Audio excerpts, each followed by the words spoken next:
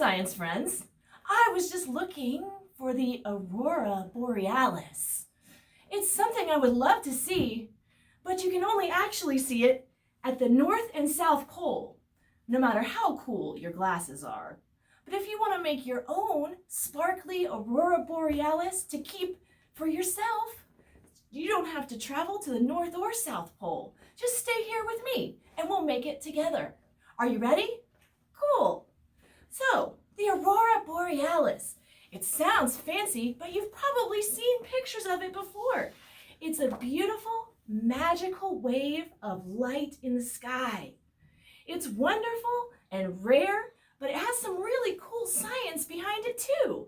The aurora borealis might look like magic, but it's actually wind from the sun. How amazing is that? When the wind from the sun hits our atmosphere, it makes these beautiful, sparkly colors. The inside of the sun is like a power plant. It's making power all the time, and it's so hot. It gets up to 14 million degrees in there. The heat energy makes these huge waves that come off of the sun and are electrically charged. We call these huge waves of heat coming off the sun solar wind. Solar wind flies through space so fast, it goes 6 million kilometers. 6 million kilometers per hour. And when that solar wind, super hot, electrically charged, hits our Earth, well, we're very lucky. The Earth has something called a magnetosphere around it. And that magnetosphere usually bounces off the solar wind, whoosh, over the Earth. But when we get a really big solar wind, science friends, some of that solar wind energy hits the poles of the Earth like this and bounces off. That's how we get the aurora borealis. And that's why it's only at the poles of the Earth.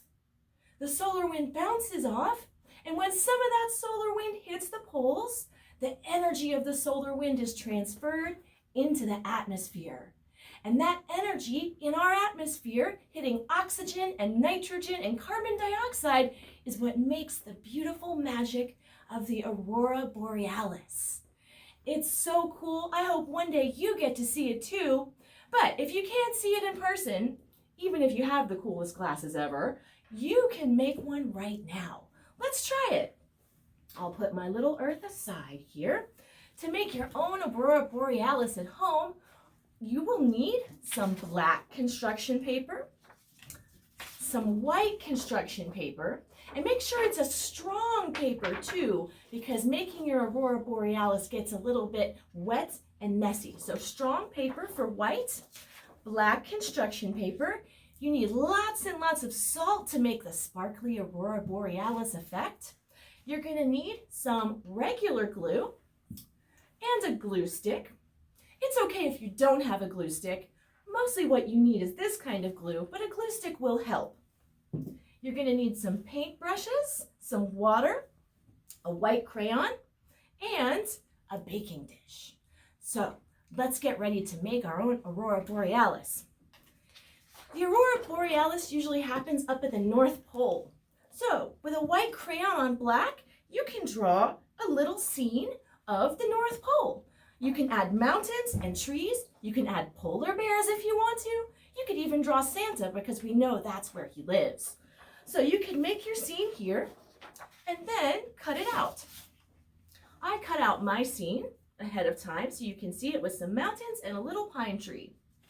Take your white background and lay it down. Get your glue stick and put it on the black background. Cover it up real nice with glue and lay it down. Let's see there, match it right up. Okay, so now we're ready to paint the aurora borealis in the sky. To make your aurora borealis, you're going to need some glue. Now, the aurora usually, when it hits the Earth, makes these wave patterns of energy. So you can draw your aurora in waves of glue in the sky. I'm going to draw mine now, just like this. Whoop. Make sure you have lots of glue.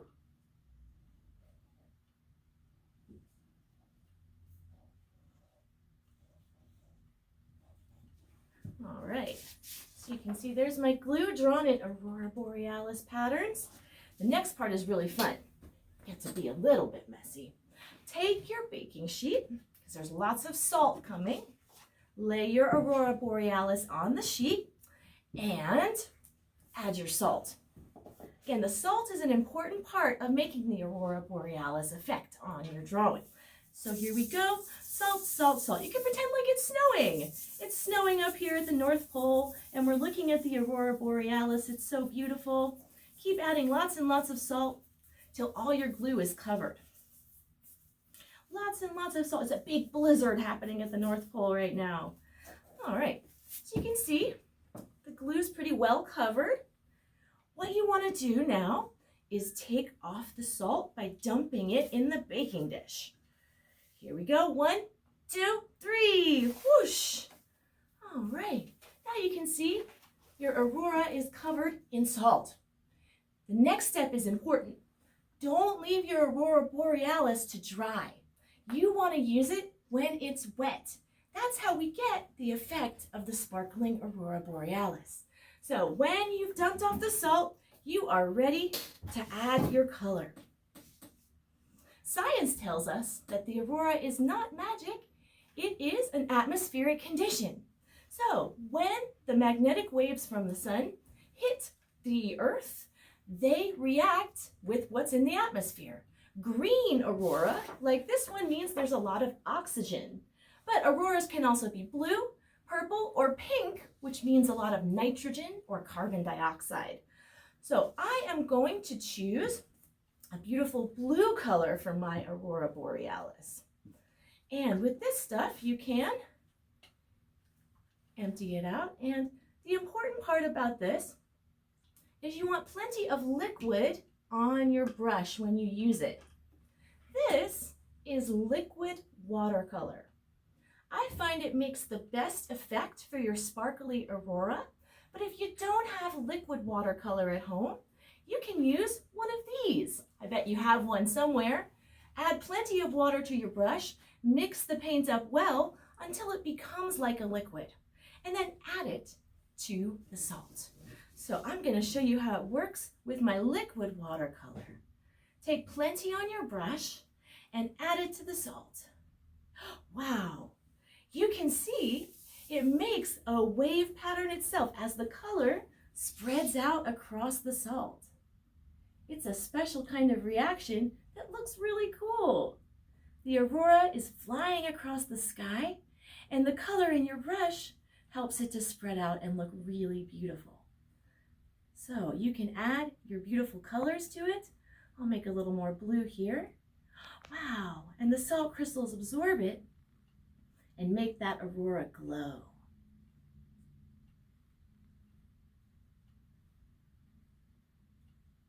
Ooh. Can you see, science friends? The aurora is starting to come to life across the sky. I'll show you what it looks like when we use a regular watercolor too. Add lots and lots of water to your brush and mix it up real well so you get a nice liquid there, and then you can add it to the salt. And it spreads out across the aurora. We got some green here all across the sky. Add a little more water. You might want to experiment with just how much water and paint you need, but that's okay because science is about experimenting. So I'm going to finish coloring this beautiful aurora here. And when you're done with all of your auroras and you like the colors that you've chosen, ooh, such a cool effect as it spreads out. I'll make my last one yellow because auroras can sometimes be yellow as well. Add plenty of water there. Ooh, that's a very pretty color. You see my auroras taking life in the sky up here at the North Pole? What you can do next, if you want to, is you can paint the sky with stars, a moon, or other things. I'm going to add a pretty moon in the corner. And I'll paint the rest of the sky blue. So you can paint whatever you want in the sky to make your aurora look beautiful. So, there you have it, science friends. Watch out, it's heavy and a little bit wet. When you let it dry, you'll have a sparkly aurora borealis that you don't have to go to the North Pole or the South Pole to see. You can keep it for yourself and look at it anytime. So what's your aurora gonna look like? I hope you have fun painting your aurora borealis, science friends. And remember, keep enjoying science and keep experimenting. This has been Narwhal Nina for High Touch High Tech. Bye for now, science friends.